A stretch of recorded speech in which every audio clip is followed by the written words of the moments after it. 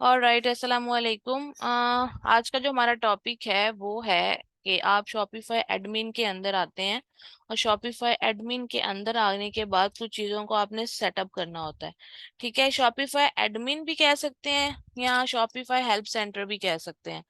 ये जो साइट पे सारा चीज़ें आपके पास आ रही हैं ये बेसिकली शॉपिफाई का एडमिन है या फिर शॉपिफाई का हेल्प सेंटर है। इसमें आने के बाद आपने सिंपल, अगर आप दोबारा मैं आ जाऊं होम पे, तो होम से आगे आपने क्लिक करना है, वहां क्लिक करना है प्रोडक्ट्स पे। ठीक है, प्रोडक्ट्स पे जब हम क्लिक करते हैं तो collection, inventory, purchase, order, transfers, ये सारा कुछ हम पिछले लेक्चर में कर चुके हैं। आज का जो टॉपिक है वो है गिफ्ट कार्ड्स के अबाउट। गिफ्ट कार्ड क्या होता है? ऑफ कोर्स नाम से पता चल रहा है, ये एक किस्म का गिफ्ट होता है जो हम देते हैं अपने कस्टमर्स को या अपने क्लाइंट्स को। अपने स्टोर से हम गिफ्ट देते हैं। अब वो गिफ्ट जो है वो फिजिकली प्रोडक्ट नहीं होती कि जैसे हमारी कोई प्रोडक्ट लगाई हुई है हमने और हमने वो किसी कस्टमर को गिफ्ट दे दी। हम उसको डिजिटल कर देते हैं। डिजिटल मतलब कि हम उसका कार्ड बना देते हैं जो कि गिफ्ट कार्ड बन जाता है और वो हम अपने कस्टमर को दे सकते हैं। अब गिफ्ट कार्ड जो है, ये वो जो डिजिटल प्रोडक्ट है जो हमने कस्टमर को एज ए गिफ्ट देनी है, उसके दो तरीके हैं। एक है इशू गिफ्ट कार्ड, दूसरा है add gift card product. Issue gift card को अगर हम देखें तो ये क्या चीज है, आपने इसके ऊपर क्लिक करना है। इसका क्या मसला है, इसका जो असल में चीज है वो ये है कि आपने अपने कस्टमर को एक गिफ्ट कार्ड देना है और वो आपने इशू करना है। ठीक है, उस कस्टमर के लिए, स्पेशल कस्टमर के लिए नहीं, बल्कि ये ऐसा गिफ्ट कार्ड होगा जो कि आप अपने कस्टमर को दे सकते हैं और उसको सेंड कर सकते हैं, उसको बता सकते हैं कि ये आपको मैंने इशू किया है। ठीक है, जैसे फॉर एग्जांपल अगर आप उसका, पहले तो आपने उसका कोड रखना है ताकि कस्टमर उस कोड को यूज करे। कभी आपने नॉर्मल लाइफ में भी देखा होगा, वो एक इन्फ्लुएंसर भी है, मरियम परवेज, और भी बहुत से हैं इन्फ्लुएंसर्स जो आपको बताते हैं कि जी ये फलां वेबसाइट से खरीदें और मेरा कोड यूज करें। अब वो जो कोड यूज करे कह रहे होते हैं वो बेसिकली क्या होता है, हम जाके चेकआउट जब कर रहे होते हैं तो वहां पे हम कूपन का कोड लगाते हैं, डिस्काउंट कोड लगाते हैं। इसी तरह से ये गिफ्ट कार्ड का कोड होगा जो हम जब चेकआउट कर रहे होते हैं तो वो उस कार्ड को हम लगाएंगे तो उतने पैसे हमें ऑफ हो जाते हैं। ठीक हो गया। अब जैसे फॉर एग्जाम्पल यहाँ पर इसका जो नंबर दिया हुआ है, कोड दिया हुआ है, ये उन्होंने नेचुरली ये दिया हुआ है, लेकिन ये बहुत मुश्किल और कॉम्प्लिकेटेड है। हम इसको सिंपल कर लेते हैं। फॉर एग्जांपल हम क्या कहते हैं कि हम इसका, अभी हमारी दुकान का नाम है पैराडाइज ब्यूटी, तो पीबी, ठीक है, आगे रख देते हैं गिफ्ट कार्ड, इसका नाम। यानी कि ये लिखने से हम उसको डिस्काउंट मिल जाएगा। अब कितने रुपए डिस्काउंट देना है? फॉर एग्जाम्पल एक प्रोडक्ट है जिसकी कीमत है 2,000 रुपए। ठीक है, तो आपने यहाँ पर उसको डिपेंड, अब आपने देखना है कि आपने उसको 1,800 रुपए का डिस्काउंट देना है गिफ्ट कार्ड, यानी कि जब वो चेकआउट करे 200 रुपया वो पे करे, 1,800 आपने उसको ऑफ कर दिया। ठीक है, तो उसने 200 रुपए में 2,000 वाली चीज खरीद ली। या फिर आप कहते हैं कि नहीं, मैंने पूरे 2,000 यानी कि फ्री प्रोडक्ट उसको देनी है, क्योंकि ये कार्ड है ना, ये लोगों को अट्रैक्ट करने के लिए बनाया जाता है।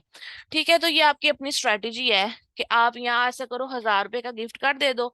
1,000 रुपए की चीज, 2,000 की चीज है, 1,000 आपने उसको ऑफ कर दिया, 1,000 वो देगा, 2,000 की चीज 1,000 में खरीद लेगा। ठीक है, तो ये इनिशियल वैल्यू का मतलब है कि आपने उसे कितने का कार्ड देना है, कितने का डिस्काउंट देना है, आम जुबान में बोलूं तो। अच्छा, उसके बाद इसकी एक्सपायरेशन डेट आप इस पे सेट कर सकते हैं कि फॉर एग्जांपल कि आपने अपने कस्टमर को कहा कि जी आने वाले 10 दिनों में वो खरीद ले, तो आप उसकी एक्सपायरी डाल दो कि जैसे फॉर एग्जांपल आज 22 तारीख है तो आप एक्सपायरी में लिख दो 30। ठीक है, कि मतलब 30 सितंबर तक वो इस कार्ड को यूज कर ले और 2023 तक यूज कर ले, या फिर अगले साल 2023 यानी कि 2024 तक यूज कर ले। आइडियली वैसे आपको एक्सपायरी डेट नहीं डालनी चाहिए, क्योंकि अगर आप डिस्काउंट देने का सोच लेते हैं तो वो आपको नो एक्सपायरेशन डेट के ऊपर चलना चाहिए। ठीक है, यानी कि वो कार्ड को कभी भी यूज कर सकता है। उसके बाद यहाँ पर है कस्टमर, यानी कि वो कोई कस्टमर जो जिसको आप देना चाह रहे हैं स्पेशली, ठीक है, उसको आप यहाँ से ऐड कर सकते हैं। ठीक है, उसमें आप उसका पहला नाम, दूसरा नाम, उसका ईमेल एड्रेस, उसका फोन नंबर, फॉर एग्जांपल मेरा नाम तहरीम अशरफ, मेरी ईमेल और मेरा फोन नंबर। अब मैं आपको इसकी एग्जांपल देती हूँ। फॉर एग्जांपल मेरा नाम है तहरीम, ठीक है, और अशरफ, ASHRAF, और मेरी ईमेल है कनेक्ट टू tehreem@gmail.com, और मेरा फोन नंबर भी यहाँ पर आ जाएगा ये, और इसको कर लिया सेव। ठीक है, अब आपने ये मुझे सेंड करना है, ठीक है। और यहाँ पे ऐड नोट, ये जो नोट होगा ये आपका अपने बारे में होगा, ये कस्टमर को नजर नहीं आएगा। फॉर एग्जांपल मैं कहती हूँ कि ये मेरा फर्स्ट कस्टमर है जिसको मैं ये भेज रही हूँ, तो मैंने यहाँ पे लिख दिया कि फर्स्ट कस्टमर कार्ड, ठीक है, और इसको एक्टिवेट एंड सेंड कर दिया।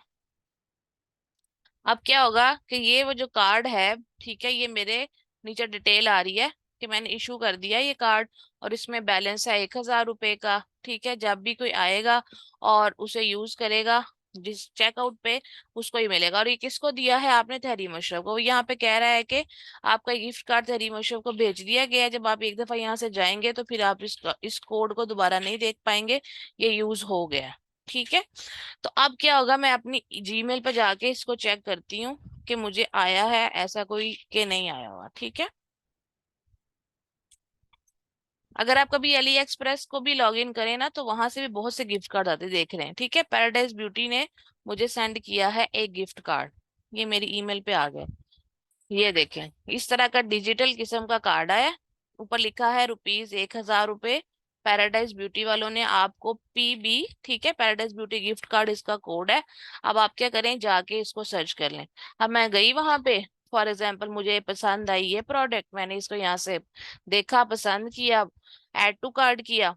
ठीक है, तो ऐड टू कार्ट करने के बाद जब मैंने चेकआउट करना है, तो अगर ये जो चीज फॉर एग्जांपल 600 रुपए की है, तो मुझे तो आपने 1,000 रुपए का कार्ड भेजा है, तो मैं 600 की खरीद लूंगी, 300 फिर भी मेरे पास रह जाएगा। ठीक है, तो जो 300 मेरे पास रह जाएगा मैं उसको अगली दफा भी यूज कर सकती हूँ। तो this is how you do this. ठीक है, इस तरीके से आप जो है वो कर सकते हैं। अब यहाँ पे वो कह रहा है ये स्टोर जो है वो पेमेंट एक्सेप्ट नहीं कर सकता। इसकी क्या वजह है कि अभी हमने पेमेंट मेथड को सेटअप नहीं किया। ठीक है, वो आज मैं आपको करना सिखाऊंगी। तो ये मैंने आपको बता दिया कि किस तरीके से आप जो है वो इसको कर सकते हैं। अच्छा जी, अब हम आ जाते हैं दूसरी तरफ, गिफ्ट कार्ड। आ ये यहाँ पे भी आपके पास गिफ्ट कार्ड में शो भी होगा, ठीक है, कि आपने जो है वो गिफ्ट कार्ड इस तरह का फलां तारीख को फलां बंदे के लिए जनरेट किया था। अच्छा, दूसरा जो है वो, अब आप यहाँ पे जो किया चीज कर सकते हैं, क्रिएट गिफ्ट कार्ड प्रोडक्ट। ठीक है, क्रिएट गिफ्ट कार्ड प्रोडक्ट में अब क्या चीज आती है? They are two different things. पहले मैंने बताया था आपको इशू गिफ्ट कार्ड, वो इशू गिफ्ट कार्ड आपने किसी एक कस्टमर या एक क्लाइंट को आपने इशू करना था। ठीक है, वो तहरीम हो सकती है, वो आपका कोई भी क्लाइंट हो सकता है, इवन कि आप अपने फैमिली फ्रेंड्स को भी डिस्काउंट के तौर पे वो कार्ड भेज सकते हो। दूसरा जो मेथड है गिफ्ट कार्ड का, वो है क्रिएट गिफ्ट कार्ड। ठीक है, इसके अंदर आपने गिफ्ट कार्ड को क्रिएट करना है, और वो आपके स्टोर पे शो हो रहा होगा, और अगर कोई उसे खरीदना चाहता है तो वो उसको खरीद सकता है और बाद में यूज कर सकता है। ठीक है, अब उसका टाइटल सेम टू सेम आपके स्टोर का नाम, और आगे गिफ्ट कार्ड हो गया। ठीक है, और उसके बाद आपने जो है यहाँ पर डिस्क्रिप्शन में अगर कुछ लिखना है कि जैसे ये एक परफेक्ट गिफ्ट कार्ड है किसी भी ओकेजन के लिए, और ये गिफ्ट कार्ड जो है वो हमने रिसिपिएंट को एक चांस दिया है कि वो एक वाइड रेंज ऑफ प्रोडक्ट्स में से कुछ भी सर्च कर सकता है, खरीद सकता है। इस तरह की दो चार बातों को आप अगर डिस्क्रिप्शन में डालना चाहें तो डाल सकते हैं, बल्कि मैं थोड़ा सा आपके लिए डाल दूं ताकि आपको कल को आसानी हो। जैसे हम कह सकते हैं द परफेक्ट, ठीक है, gift card for any occasion, our gift card offers the recipient मतलब जो रिसीव करेगा, जो इसको खरीदेगा, a chance to choose from a wide range of products and experiences। ठीक है, with no expiration date। ठीक है, ये आपने यहाँ लिख दिया। उसके बाद अब आ जाता है यहाँ से आपने अपलोड करना है इसकी तस्वीर के, यानी कि ये किस तरह का नजर आएगा। इसके लिए आप सर्च कर सकते हो फ्री जो आपके पास टूल्स हो सकते हैं, ठीक है, जिधर से आप खरीद सकते हो, जैसे कि bustshopify.com।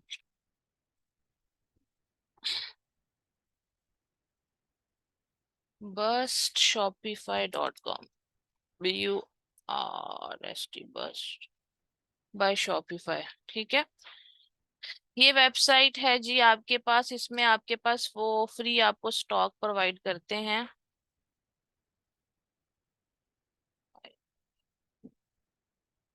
ये,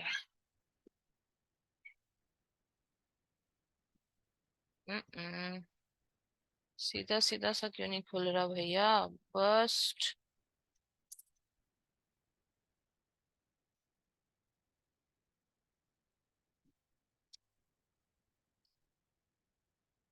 .shopify.com, BURST, बस्ट .shopify.com, ठीक है। ये आपने टाइप करना है, और उसके बाद यहाँ पर आपके पास ये आपको फ्री इमेजेस यहाँ पे प्रोवाइड करते हैं। यहाँ आपके पास variety of free royalty images यहाँ से निकल सकते हैं।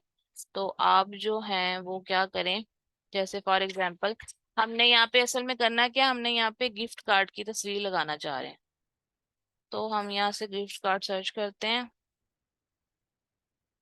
ठीक है। तो ये हमारे पास आ गए गिफ्ट कार्ड्स।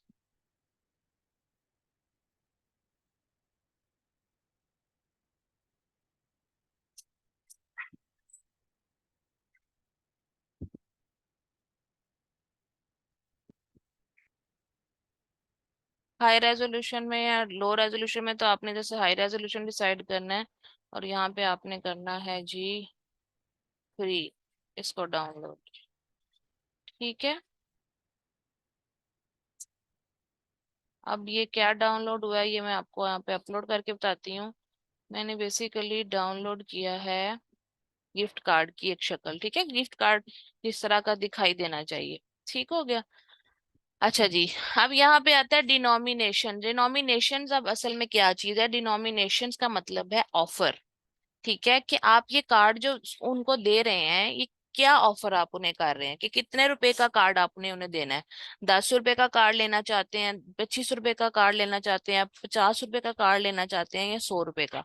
यानी अगर कोई आपसे 10 रुपए का कार्ड लेता है ना, गिफ्ट कार्ड खरीदता है, तो उससे उसे क्या होगा कि वो कल को उन्हीं 10 रुपए को दोबारा इस्तेमाल करके कोई भी प्रोडक्ट जो वो खरीदता है, ठीक है, उसे में वो 10 रुपए का तो उसने आपसे खरीद लिया है, लेकिन अब वो 10 रुपए उसे ऑफ भी हो जाएंगे, ठीक है, और किसी भी प्रोडक्ट के ऊपर ऑफ हो सकते हैं, ठीक है। अगर वो यही कार्ड आपका 25 रुपए का लेता है, 10 रुपए तो नहीं होगा, जाहिर है एक प्रोडक्ट है, वो 600 की है, ठीक है, तो आप यहाँ पे एक उसका 600 लिख दें, ठीक है, एक आप उसके लिए लिख दें 700, ठीक है, एक आप उसके लिए लिख दें 800, और एक आप उसके लिख दें 1000, के 1000 रुपए तक का कार्ड ले लो। इसमें ये क्या होता है, ये बेसिकली एक अट्रैक्शन होती है, कि आप जो है उसके उनको अट्रैक्ट करते हैं, कि वो अभी उनके पास अगर पैसे हैं तो वो आपसे कार्ड ले लें।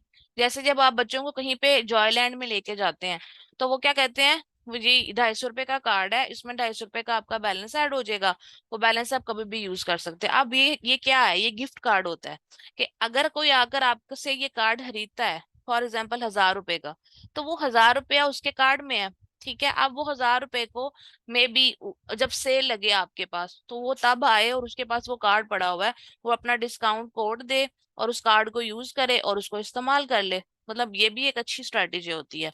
मैं या मुझे जैसे बहुत से लोग ऐसे होते हैं जो इनको ये चीज पसंद है कि चलो अभी कुछ अच्छा नहीं है, सेल पे मैं ले लूंगा, तो अब पैसे तो अभी हैं, तो लेट्स बाय अ कार्ड, ठीक है। तो ये है बेसिकली आपके पास कार्ड। तो ये सारी डिटेल्स डाल दी।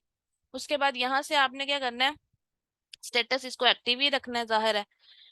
और उसके बाद आपने प्रोडक्ट की जो टाइप है, ठीक है, वो क्या है वो आप देख लो कि आपके पास जो भी बने हुए हैं उसमें से आपने किसी खास टाइप पे देना है या नहीं। पर ये क्योंकि गिफ्ट कार्ड है, इसकी कोई प्रोडक्ट टाइप नहीं है, ठीक है, वो प्रोडक्ट कैटेगरी गिफ्ट कार्ड ही है। वेंडर, वेंडर आपका अपना नाम होता है।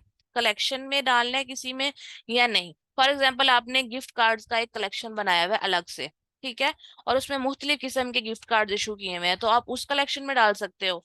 ठीक है, और अदरवाइज आप इसे किसी भी कलेक्शन में, अपनी प्रोडक्ट की किसी भी कलेक्शन में ना डालो। ठीक है, अलग से कोई कार्ड का डिस्काउंट का सेक्शन बनाया हो तो वो एक अलग बात है। ठीक हो गया, ये करके आपने इसको कर दिया सेव। ओ अच्छा, ये मैंने लिखा ही नहीं।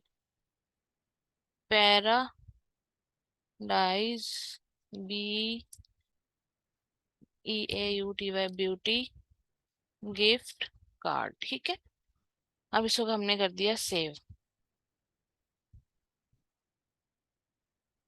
ठीक हो गया। अब ये जो है जी हमारे पास, वो हम व्यू कर लेते हैं कि कैसा है। ये देखें, ठीक हो गया। ये बिल्कुल एक डिजिटल प्रोडक्ट की तरह होगा जो आपके स्टोर पे पड़ी हुई होगी। और अगर कोई आके देखें 600 का, 700 का, 800 का या 1000 का, तो वो यहाँ से फॉर एग्जाम्पल 600 का ऐड टू कार्ट करके खरीद लेगा आपसे। ठीक है, जब वो इसे आपसे खरीद लेगा तो अब ये पैसे उसके पास आ जाएंगे, और वो जब चाहे आपकी कोई भी प्रोडक्ट के ऊपर इसको यूज करके खरीद सकता है, यानी कि इसको डिस्काउंट मिल जाएगा एक किस्म का। यहाँ तक बात समझी? रिवाइज करेंगे तो आपको आसानी से समझ आ जाएगा। यहाँ तक समझ आ गया तो मुझे बता दें। गिफ्ट कार्ड वाला हमारा कॉन्सेप्ट हो गया क्लियर। अब हम आ जाते हैं डिस्काउंट के ऊपर। ठीक है, डिस्काउंट का क्या है कि आप गिफ्ट कार्ड भी आप दे सकते हैं, ठीक है, और आप डिस्काउंट भी दे सकते हैं। आप डिस्काउंट में आपने आके क्या करना है, क्रिएट डिस्काउंट पे क्लिक करना है। दो डिस्काउंट्स हैं, उसकी डिफरेंट किस्म की टाइप्स हैं। जैसे कि आप जो है वो अपनी प्रोडक्ट को ऊपर अमाउंट को ऑफ कर सकते हैं। ठीक है, अमाउंट ऑफ प्रोडक्ट।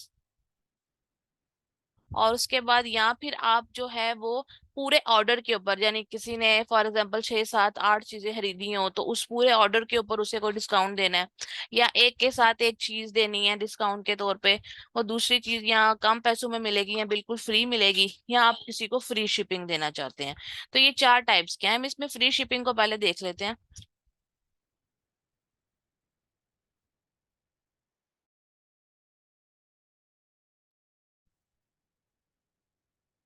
ठीक है, अब फ्री शिपिंग का जो है वो उसमें क्या है, ऊपर टाइटल है क्रिएट डिस्काउंट, शिपिंग डिस्काउंट, नीचे आ जाता है डिस्काउंट कोड, यानी कि कोड के थ्रू आपने करना है, या ऑटोमेटिक डिस्काउंट कोड डालेगा। ठीक है, चेकआउट के ऊपर, तो वहां से डिस्काउंट मिल जाएगा। और अगर चेकआउट कोड डालने की जरूरत नहीं है, ऑटोमेटिकली उसको डिस्काउंट मिल जाएगा। ठीक है, तो पहले डिस्काउंट कोड देख लेते हैं। अब इसका कोई नाम आप रखना चाहते हो तो वो आप जो है फॉर एग्जाम्पल रख सकते हो। ठीक है, जो भी आप करना चाहो, फॉर एग्जाम्पल आपने देना है 50% का, ठीक है, ऑफ, तो आप कह दो सेव 50।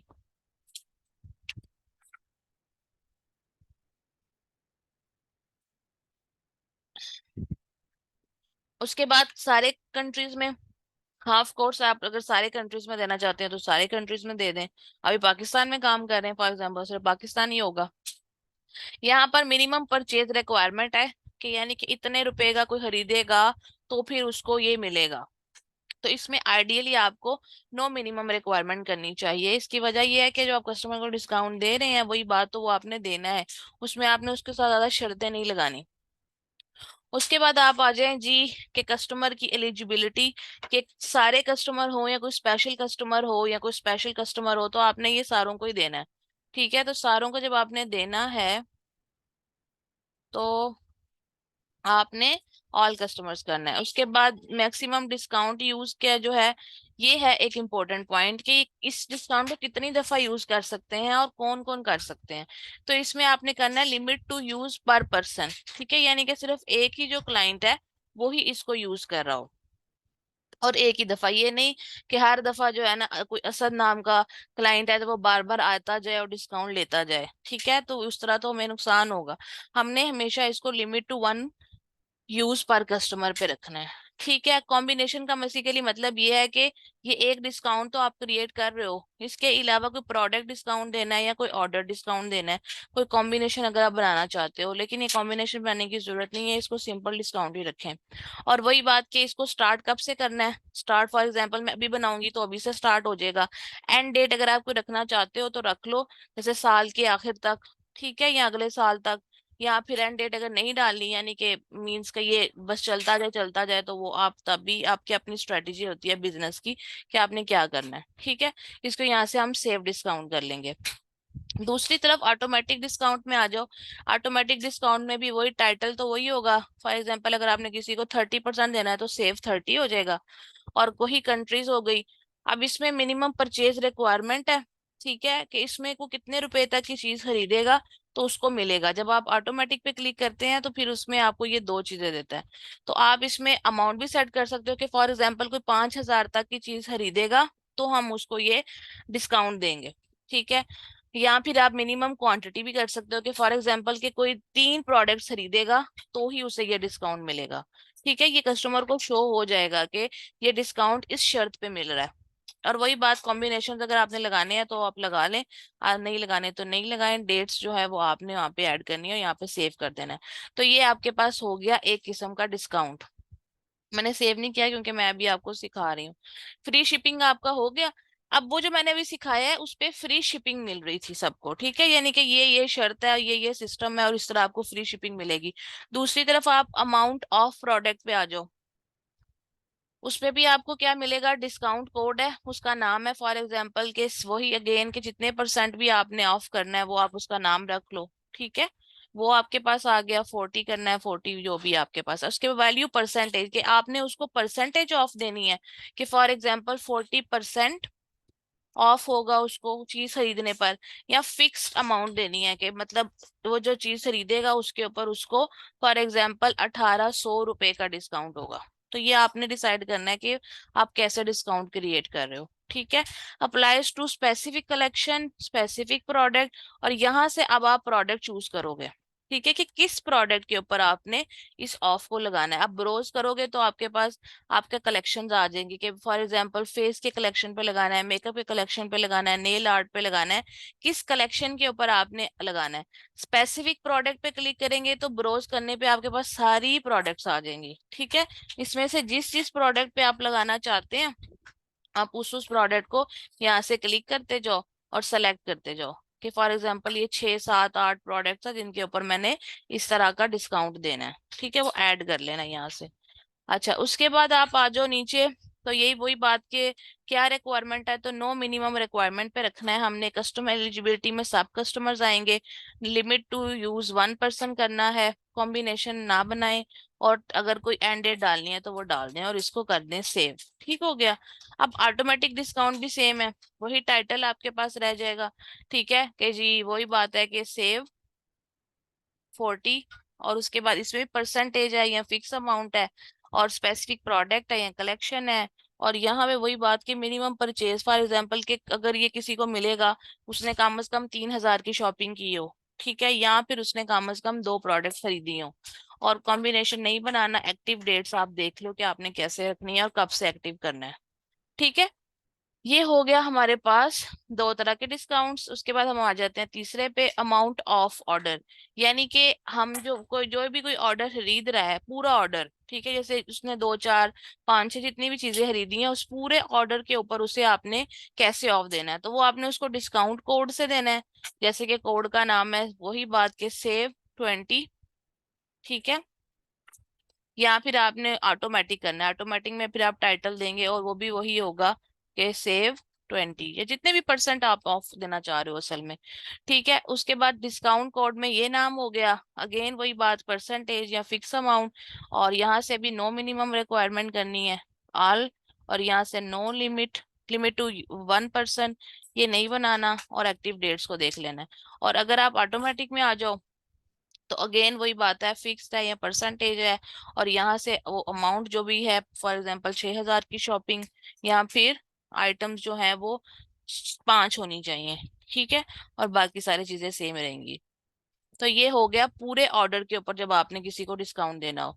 एंड लास्ट, एक के साथ एक फ्री वाला discount, buy X and get Y. यानी एक चीज खरीदें दूसरी चीज फ्री होगी। अब उसमें क्या है, डिस्काउंट कोड अगर आप देते हो, ठीक है, वो भी अगेन वही बात के सेव 25% लेट सपोज। अब यहाँ पर आप आ जाओ मिनिमम आइटम्स। अब यहाँ पर ये इसका ये है कि आपने एक प्रोडक्ट को पहले चूज करना है। कि फॉर एग्जाम्पल कोई अगर आकर ये खरीदता है, ठीक है, यानी ये वाली प्रोडक्ट खरीदता है, तो फिर उसके साथ उसको ये वाली प्रोडक्ट जो है वो फ्री मिलेगी, ठीक है, एक के साथ एक फ्री है ना। तो ये वाला हो गया फ्री। यहाँ पे जरूरी नहीं कि सेम रखो आप। ठीक है, ये जो है कस्टमर गेट्स में जो साथ आपने देना है उसको आप कोई और भी कर सकते हो कि ऊपर से कोई ब्रश लेगा फॉर एग्जांपल, तो उसको ब्रश के साथ ये वाला जो है ब्लैक हेड रिमूवर, ये इसको अलग से मतलब मिल जाएगा, एक के साथ एक फ्री हो गया। तो जो मेन प्रोडक्ट रखनी है वो, और उसके बाद जो उसके साथ कॉम्बिनेशन देना है वो। ठीक है, अब आ जाता है परसेंटेज करना है या फ्री करना है। यानी कि अगर ऊपर वाली प्रोडक्ट खरीदी तो नीचे वाली प्रोडक्ट के ऊपर आपको 50% ऑफ मिलेगा।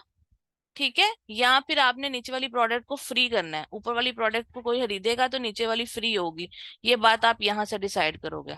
ठीक है, और फिर वही बात के set maximum number of uses पर ऑर्डर, तो वो एक ही आपने रखना है कि ताकि कोई ज्यादा इसका नाजायज फायदा ना उठाए। कस्टमर एलिजिबिलिटी ऑल कस्टमर, ये भी यहाँ से हो गया। और ये कॉम्बिनेशन नहीं बनाने, और एक्टिव डेट्स को आपने एक्टिव कर देना है। ठीक हो गया। और ऑटोमेटिक डिस्काउंट में भी टाइटल वही रहेगा। बाकी आपके पास again minimum quantity of products, minimum purchase amount. Minimum purchase amount करोगे तो पहली बात है कि पहली प्रोडक्ट जो है वो कितने रुपए तक की आप खरीदोगे, तो दूसरा उतने रुपए तक की आपको फ्री मिलेगी। तो आपने ये वाला नहीं करना, आपने मिनिमम क्वांटिटी ऑफ आइटम्स ही रखनी है कि अगर कोई एक ये खरीदता है ये वाली प्रोडक्ट, तो उसके बाद ये इसको एक ही मिलेगी। ठीक है, ये वाली प्रोडक्ट, और वो फ्री मिलेगी या परसेंटेज ऑफ पे मिलेगी, डिसाइड करके अगेन आपने कॉम्बिनेशन नहीं बनाने, और एक्टिव डेट आपने यहाँ पे डाल देनी है।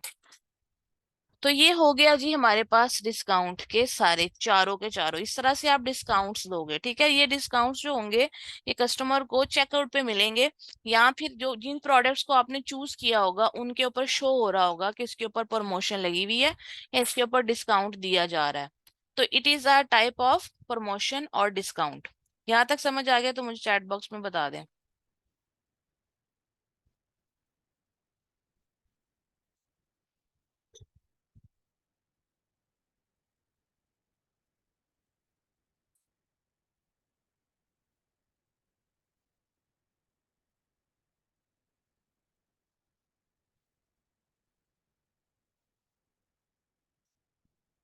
ठीक हो गया, अब हम आ जाते हैं पेमेंट्स के ऊपर। ठीक है, पेमेंट के ऊपर हम जाएंगे। सेटिंग में आने के बाद हमने पेमेंट्स पे क्लिक करना है। पेमेंट पे जब हम क्लिक करेंगे, यहाँ store planning billing user permission and payments, तो पेमेंट्स पे आने के बाद आपके पास यहाँ पर डिफरेंट तरह की पेमेंट्स लिखी हुई आ रही होंगी। पेमेंट प्रोवाइडर के अगर आप किसी और थर्ड पार्टी को यूज करना चाहते हो तो यूज कर सकते हो। सपोर्टेड पेमेंट मेथड जो शॉपिफाई अप्रूव करता है, यानी कि शॉपिफाई के अपने पेमेंट्स मेथड भी हैं। ठीक हो गया। और इसके बाद मैनुअल पेमेंट मेथड, ये तीन तरह की टाइप्स हैं। अब आप पूछेंगे कि हमने कौन सा यूज करना है। टेक्निकली तो हमें शॉपिफाई पेमेंट मेथड यूज करने चाहिए। इसकी वजह यह है कि जो पेमेंट मेथड शॉपिफाई सपोर्ट करता है उसके थ्रू ही कस्टमर हमें पेमेंट करे तो अच्छी बात है। ये पेमेंट मेथड का मतलब है कि कस्टमर हमें किस तरह पे करेगा। और अगर मैं इसको ऐड पेमेंट मेथड करूं तो यहाँ पर हमारे पास आ जाएंगे सारे के सारे पेमेंट मेथड्स, जैसे कि आपके पास वीजा कार्ड है, मास्टर कार्ड है, अमेरिकन एक्सप्रेस है, ये ढेर सारे, सारे के सारे जितने भी पेमेंट मेथड्स हैं ये बैंक्स है बेसिकली जिन्हें शॉपिफाई सपोर्ट करता है। और इसमें से जो जो हम चाहें वो हम चूज कर सकते हैं। ठीक है, अब इसके बाद सर्च बाय प्रोवाइडर करो, तो यहाँ पर हमारे पास Visa, debit card, Amex, Discover, और ये सारे के सारे जो डिफरेंट डिफरेंट हैं ये हमारे पास आना शुरू हो जाएंगे। ठीक है, इन सारे को शॉपिफाई सपोर्ट करता है। लेकिन यहाँ मसला क्या है कि हम इंटरनेशनल अगर काम करेंगे तो फिर तो हम ये पेमेंट मेथड यूज करेंगे।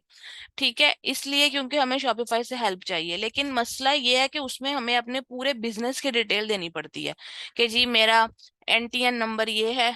ठीक है, या मेरा वैट नंबर ये है, अमेरिका में हो तो मेरा नंबर ये है, यूके में अगर आप हैं तो आपका एक स्पेशल नंबर होता है, टैक्स नंबर। ठीक है, वो सारे और बिजनेस की पूरी डिटेल आपको देनी पड़ती है।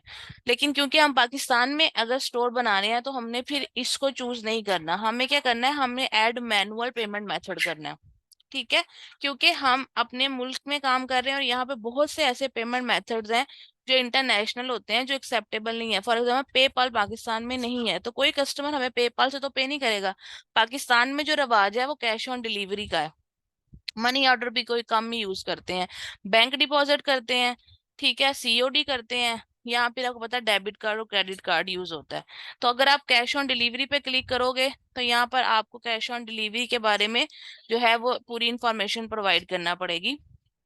या अगर आप इंफॉर्मेशन ना भी प्रोवाइड करो, बस उसे ऐड कर लो, तो ये आपका पेमेंट मेथड ऐड हो जाएगा कैश ऑन डिलीवरी का। ठीक है, इसके बाद अब आप आ जाओ बैंक डिपॉजिट पे। ठीक है, यहाँ डिटेल देने की जरूरत नहीं है, एक्टिवेट बैंक डिपॉजिट कर लो। यानी कि कोई भी कस्टमर अपने बैंक डिपॉजिट को लगा के आपके पास आ जाता है। क्रिएट कस्टम पेमेंट मेथड, तो कस्टम पेमेंट मेथड जो है, अगर आप कोई एक्टिवेट अपने पास से करना चाहते हैं तो वो आप यहाँ से कर सकते हैं। इसके अलावा मनी ऑर्डर भी अब इतना चलता नहीं है, कोई मनी ऑर्डर के थ्रू तो पेमेंट नहीं करता, लेकिन चले आप उसको अगर ऐड करना चाहें तो आप उसे यहाँ पे ऐड कर सकते हैं।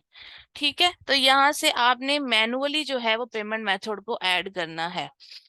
अच्छा, अब यहाँ पे चूजा प्रोवाइडर को अगर आप क्लिक करो तो यहाँ पे वही सारे आ जाते हैं प्रोवाइडर्स, जो कि जैसे कि वीजा, ठीक है, मास्टर कार्ड, एमएक्स, ठीक है, अमेरिकन जो है। तो लेकिन ये सारे हमारे यहाँ पे सपोर्टेड नहीं है, यही वजह है कि हम इनमें से किसी को भी यहाँ पे यूज नहीं कर सकते। जैसे ई पे है, और ये तो सारे नाम हमारे मुल्क में चलते भी नहीं है, तो इसमें से हम किसी भी थर्ड पार्टी को, स्ट्राइप जो है ये यूज होता है, लेकिन वो भी इंटरनेशनल पेमेंट्स के लिए ही यूज होता है। ठीक है, तो ये हम यहाँ से यूज नहीं करेंगे, हमने जो सिंपल अपना मैनुअल है वही यूज करेंगे।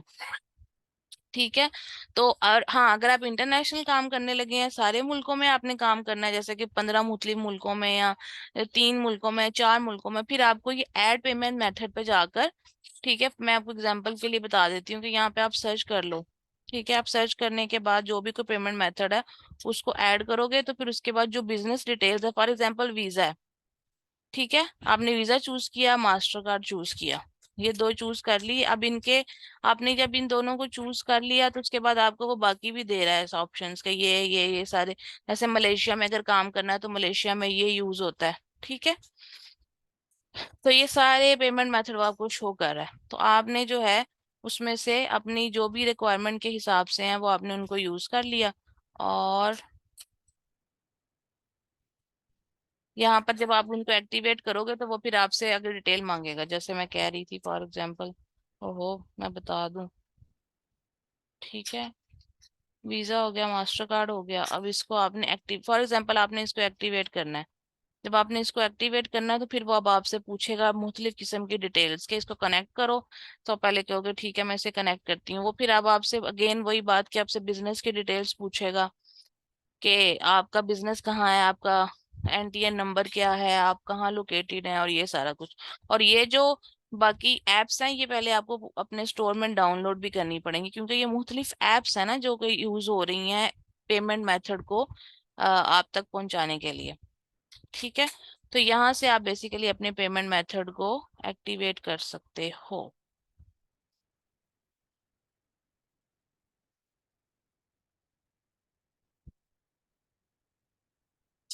अच्छा, यहाँ पर एक और चीज भी बतानी थी, और वो ये बतानी थी कि इसके अलावा आप जो है ना, ये चीज आपने सर्च भी करनी है, कि आपने जाके गूगल के ऊपर लिखना है सपोर्टेड कंट्रीज